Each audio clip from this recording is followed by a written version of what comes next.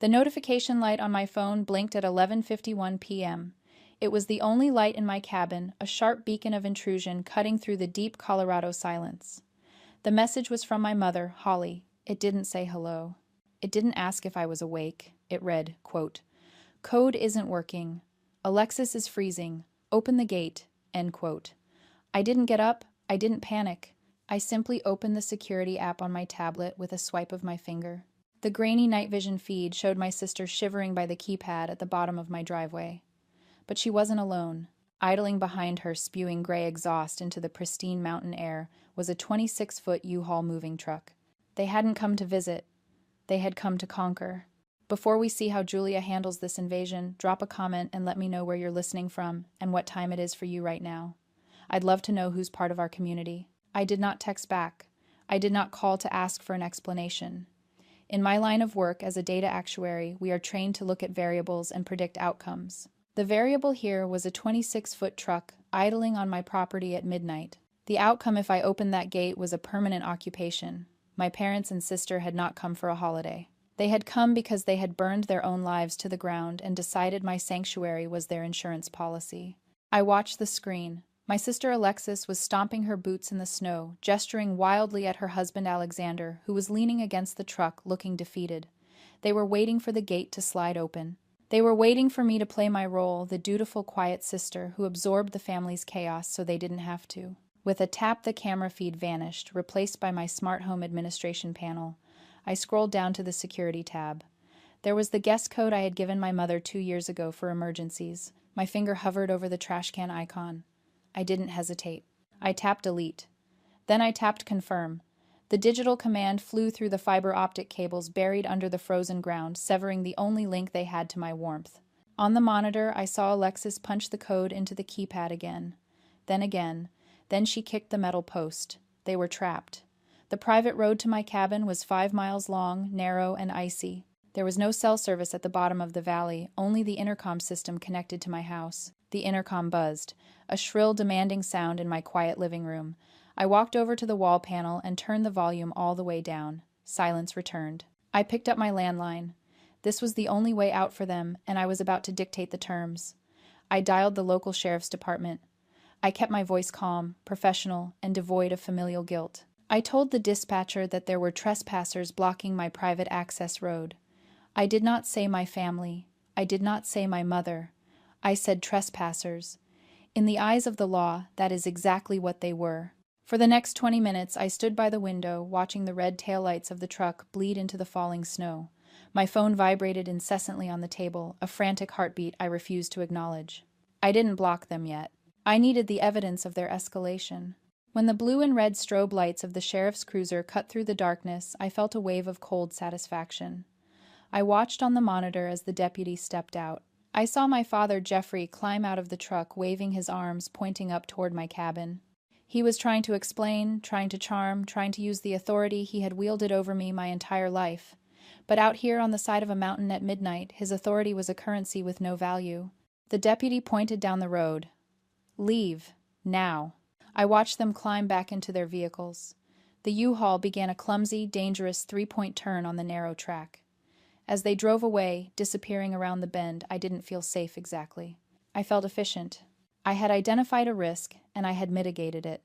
The sheriff's departure marked the end of the immediate crisis, but the silence that followed was heavy with unanswered questions. Why had I been so brutal? Why didn't I just talk to them? Why didn't I just give them a chance? I sat at my desk and opened a new spreadsheet. It wasn't for work. It was for my sanity. I titled it, "The Cost of Survival."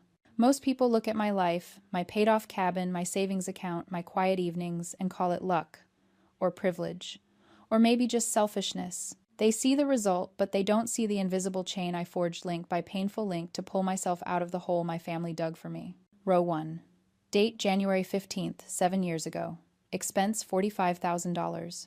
Description Alexis's credit card debt. Consolidation. I typed it out, staring at the number. I was 22 then, fresh out of college, working 80-hour weeks as a junior analyst. I lived in a basement apartment with no windows to save on rent. Alexis was living in a loft downtown, posting photos of her abundant life while drowning in interest payments. My parents had called me crying. "She'll be ruined, Julia. She'll never get a job with that credit score. You have savings. Help her. So I did. I emptied my account. I bought her freedom with my labor. Row 2. Date March 10th, 5 years ago. Expense $12,000. Description: parents' emergency home repair. Turns out the emergency was a sunroom renovation they couldn't afford. They didn't ask. They just sent me the contractor's invoice. I paid it, because that's what the good daughter does. I kept typing. The list grew longer. Bail money for Alexander's failed startup. The down payment on a car Alexis needed for her brand image. It wasn't just money. It was my life. Every dollar I gave them was an hour I spent staring at spreadsheets while my friends went out. Every check I wrote was a vacation. I didn't take a dress. I didn't buy a risk I didn't take. I stopped typing and looked out the window at the snow-covered pines. People call me cheap. They call me cold. They don't understand that for me, money isn't currency. It's oxygen. In a family that viewed me as a utility, a battery to be drained until empty, my savings were the only thing that proved I existed for myself. My frugality wasn't a quirk. It was a survival mechanism. It was the only way I could buy back pieces of my own future. Then the final entry. Date: 1 month ago. Event: the eviction. I hadn't known about it at the time. I found out later from a neighbor. My parents had co-signed Alexis's lease in Chicago. When she stopped paying rent to fund her lifestyle brand, the landlord threatened to sue. My parents, terrified of the financial hit, negotiated a lease break. They agreed to vacate the apartment by February 1st. They didn't tell me. They didn't ask if I had room. They just assumed. They assumed that the good daughter, the smart sister, the one with the steady job and the quiet life, would naturally absorb the disaster. They canceled her lease because they believed my home was already theirs. I closed the laptop. The screen went black, reflecting my own face. I didn't look like a victim. I looked like an actuary who had finally balanced the equation. I had spent 7 years buying my freedom. Tonight, I simply refused to issue a refund. The sun rose over the continental divide, painting the snow in shades of violent pink and gold. It was the kind of morning that usually made me pause and breathe, grateful for the isolation. But today, the silence inside the cabin was broken by the angry buzz of my phone against the pine wood table. The digital siege had begun. I didn't pick up the phone to answer. I picked it up to collect data. The first notification was from Instagram. My sister Alexis had posted a reel 3 hours ago. It already had 12,000 views. I tapped the screen. The video opened with a close-up of Alexis's face artfully streaked with mascara tears. She was wrapped in a thin motel blanket, shivering for the camera. The caption read, "Abandoned by my own sister in the freezing mountains." I watched it with clinical detachment. "We just wanted to see her," Alexis sobbed into the lens. "We drove all night to surprise her for the holidays, and she locked us out. She called the police on her own parents. We're stranded in a motel with nothing." She didn't mention the moving truck. She didn't mention the 26-foot U-Haul filled with her furniture that was currently parked in the Motel 6 lot. She didn't mention that she had canceled her lease in Chicago without asking me if I had room. In her narrative, she was the little match girl and I was the cruel innkeeper slamming the door. The comments were rolling in like an avalanche. "Your sister is a monster," one user wrote. "Who does that to family?" wrote another. Strangers who knew nothing about my life were diagnosing me as a narcissist, a sociopath, a villain. Then came the texts from my parents. They weren't reading the comments. They were coordinating the assault. My mother, Holly, sent a screenshot of a receipt. "We are at the Motel 6 in Silverthorne. The rate is $180 a night. We need 2 rooms. You need to Venmo us $500 immediately to cover this and food. This is your fault, Julia. Fix it." I set the phone down and looked out at the frozen landscape. A younger version of me would have panicked. I would have felt the crushing weight of guilt, the programmed response to my mother's disappointment. I would have thought maybe I am the monster. Maybe I did overreact. But I wasn't that person anymore. I looked at the situation through the lens of my profession. In risk analysis, you have to understand the root cause of a failure to prevent it from happening again. I realized then that my parents weren't crazy. They weren't evil cartoon villains wringing their hands. It was something far more insidious. They were conditioned. For 30 years, they had operated in a family system where my role was the fixer and Alexis's role was the star. They had normalized a specific kind of cruelty, the cruelty of extraction. To them, my money, my time, and my home were community property. They genuinely believed that my refusal to let them move in wasn't a boundary, it was a theft. In their twisted logic, I was stealing their safety net. They weren't angry because they missed me. They were angry because the appliance they used to fix their problems had stopped working. Understanding this didn't make me forgive them. It made me realize that negotiation was impossible. You cannot reason with a system that views your independence as an act of aggression. I didn't reply to the texts. I didn't comment on the video. I took a screenshot of the video, ensuring the timestamp was visible. I took a screenshot of my mother's demand for money. I saved them to a folder on my cloud drive labeled Evidence. Then I opened my laptop. It was time to stop playing defense. In the world of actuarial science, when a liability becomes too volatile, you don't argue with it. You insure against it. I stopped treating this as a family squabble and started treating it like a hostile corporate takeover. I closed the Instagram tab. I muted the text thread. I sat up straight in my ergonomic chair and engaged the part of my brain reserved for high-stakes audits. I didn't search for a family therapist.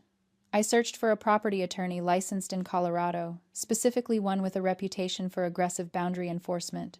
I found a man named Robert whose reviews described him as expensive but lethal. I dialed his number. The consultation fee was $300 an hour. It was the best money I had ever spent. For the next 2 hours, feelings were irrelevant variables. I dealt in facts. I forwarded him the deed to the cabin solely in my name. I forwarded the security footage of the U-Haul blocking my access road. I forwarded the screenshots of my mother's demand for money and Alexis's public defamation. Robert didn't offer sympathy.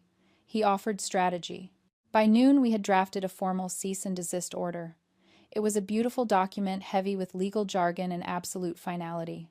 It stated clearly that Holly, Jeffrey, Alexis, and Alexander were permanently barred from entering my property. It outlined that any further attempt to access the premises would be treated as criminal trespassing. It also included a clause regarding the digital harassment, noting that further public defamation would result in a lawsuit for damages. I realized then that no is a complete sentence, but a lawyer's letter on official letterhead is a punctuation mark that cannot be ignored. It transforms a request into a requirement. It strips away the emotional manipulation of "but we're family" and replaces it with the cold, hard reality of "you are defendants." Next, I turned my attention to the digital front. I didn't comment on Alexis's video. I didn't engage with the trolls calling me a monster. I used the platform's own tools against them. I flagged the video for harassment and doxing, citing the specific timestamps where she revealed my general location. I contacted the support team for the fundraising page Alexis had hastily set up to help the family survive the winter, flagging it for fraud, since they were not in fact stranded without resources, but staying in a motel with a credit card I knew my father had. By 2 p.m., the video had been taken down for violating community guidelines. The fundraising page was under review. The digital noise that had been screaming at me all morning was suddenly abruptly silenced. I printed the cease and desist letter. The hum of the printer was the only sound in the room. I signed it with a steady hand. I scanned it and emailed it to my parents and sister. I didn't add a subject line like "I'm sorry" or "Please understand." I simply titled it "Notice of Legal Action." I sat back and watched the snow fall outside. I had built a fortress not just of timber and stone, but of paper and law. They wanted a reaction. They wanted tears. Instead, I gave them a firewall. I was no longer their daughter or their sister. I was the plaintiff. Robert called 3 days later. His voice was grim, stripped of the usual professional distance lawyers maintain. "Julia," he said, "I found something while pulling the property records to register the cease and desist. It's significant." I put the phone on speaker and opened my laptop. "Tell me." "Your sister, Alexis," he began, "registered an LLC 3 months ago. Mountain Soul Retreats. And the registered business address isn't her apartment in Chicago. It's your cabin address." I felt the blood drain from my face. "What?" "It gets worse," he continued. "I did a search for the business name. She has a website. She's been selling tickets." I typed the name into my browser. The site loaded instantly, a sleek, professionally designed page featuring photos of mountains, yoga poses, and holistic wellness quotes. And there, front and center under the upcoming retreats tab, was my living room. Not a stock photo. A photo taken from the Zillow listing when I bought the house.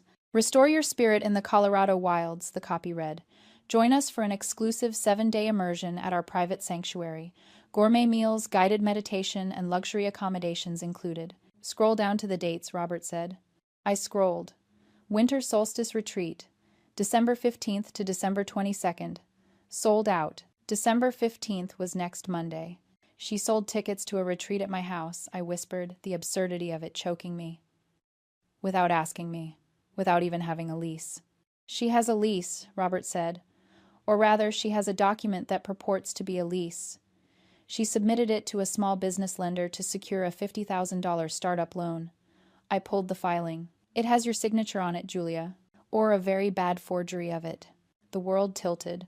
This wasn't just entitlement anymore. It wasn't just a toxic family dynamic where boundaries were ignored. This was criminal fraud. Alexis had forged my signature on a legal document. She had taken money from a bank under false pretenses. She had taken money from customers, real people who had paid $2,000 each according to the site for a service she could not provide. That's why they came, I realized, speaking more to myself than to Robert. That's why the moving truck. They weren't just looking for a place to crash. They were coming to set up. They were going to turn my home into a hotel. If those clients show up on Monday and there's no retreat, Robert said, Alexis is looking at multiple counts of fraud, theft by deception, forgery. And if your parents knew about it and helped her move the furniture, which the truck suggests they did, they're accessories. I looked at the website again. At the photo of my sanctuary, stolen and commodified. At the smiling picture of Alexis in the About Your Host section, describing herself as a visionary healer. This was the kill shot. I didn't need to argue about feelings. I didn't need to explain why I deserved space. I held the nuclear codes. Robert, I said, my voice steady. Send everything you found to the local district attorney, and send a copy to the bank that issued the loan. Are you sure? Robert asked. Once we do that, there's no going back. Your sister could go to prison. I thought about the years of financial abuse. The $45,000 of debt I paid. The way my parents had canceled her lease, assuming I would catch her. The way they had called me a monster for protecting my own home. I am sure, I said. Do it. The family returned 2 days later. The snow was falling in thick, heavy sheets, reducing visibility to a few feet. It was the kind of weather that made the mountains dangerous for anyone unprepared. I saw the headlights first, 2 weak beams cutting through the storm. Then I saw the car, a rented SUV, parked at the locked gate. My phone rang. Unknown number. I ignored it. The intercom buzzed. I ignored it. I walked to the wall panel and turned the monitor on. My mother Holly was standing in the snow, pressing the intercom button repeatedly. She wasn't wearing a heavy coat, just a fashionable puffer jacket that was useless against the altitude. Beside her, Alexis was wrapped in a scarf, looking pale and terrified. Julia, please, my mother's voice crackled through the speaker, thin and desperate. We know you're in there. Please answer. I watched them for a moment. They looked small. They looked pathetic. The anger I had expected to feel wasn't there. Instead, I felt a profound sense of distance, as if I were watching strangers on a television screen. I pressed the talk button. What do you want? Julia, my mother sobbed. Thank God.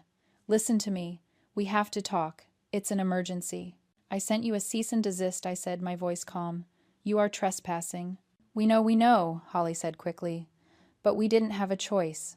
The clients, the retreat guests. They're arriving tomorrow. Tomorrow, I asked, though I already knew. Yes, 12 of them. They've already flown into Denver. They're renting cars. They'll be here by noon. Alexis stepped forward, her face pressed close to the camera. She looked frantic. Julia, please. I don't have anywhere else to put them. I spent the deposit money. I can't refund them. If I cancel, they'll sue me. I could go to jail. You should have thought of that before you sold tickets to a house you don't own, I said. I made a mistake, Alexis cried. I was just trying to build something. I thought you'd support me. You've always supported me. I supported you, I corrected. I enabled you. There's a difference. Please, Holly begged. Just for 1 week. Just let her host the retreat. We'll clean everything. We'll pay you. We'll pay you from the profits. Just save your sister. Please, Julia. If she goes to jail, it will kill your father. I looked at my father, Jeffrey, sitting in the driver's seat of the SUV, staring straight ahead. He couldn't even look at the camera. He knew what they were asking. He knew it was wrong. But he was here anyway, driving the getaway car for his daughter's fraud. This was the moment. The power flip. For 30 years, they had held the power of approval, of affection, of belonging. They had dangled it in front of me, making me jump through hoops to earn it. Now the dynamic had inverted. I held their fate in my hands. I could open the gate. I could save them one last time. I could be the hero.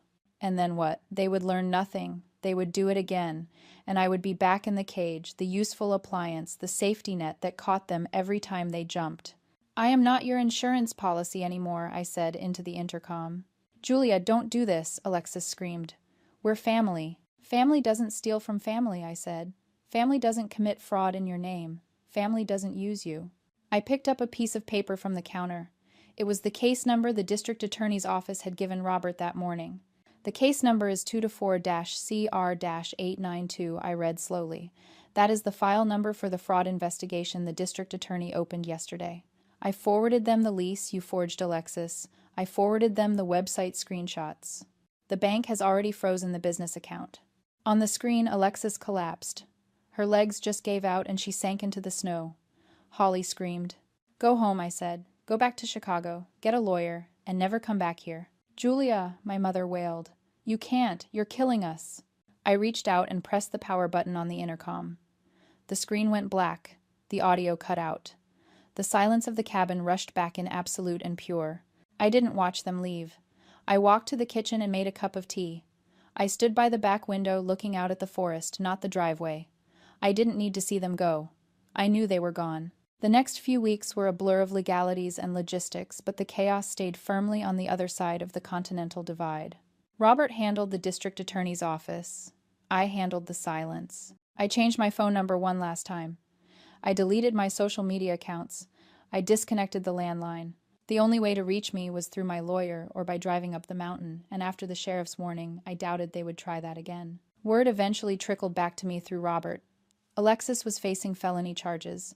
The plea deal on the table involved probation, restitution, and a permanent criminal record. She and Alexander were being sued by the 12 people who had booked the retreat. My parents had sold their house in the suburbs to help pay for Alexis's legal defense and the restitution. They were downsizing to a 2-bedroom condo. The legacy they had tried to protect by sacrificing me was gone, consumed by the very child they had enabled. I didn't feel triumphant.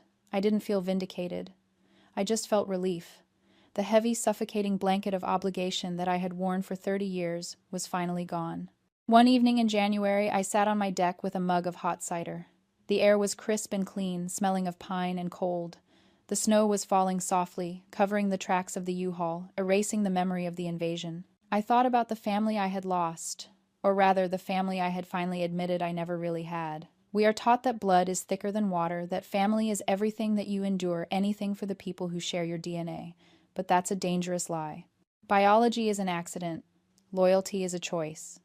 You don't owe your life to the people who gave it to you if they only value you as a resource. Cutting ties wasn't an act of war. It was an act of self-preservation. It was the only way to stop the bleeding. I looked out at the vast white wilderness surrounding my home. It was quiet. It was peaceful.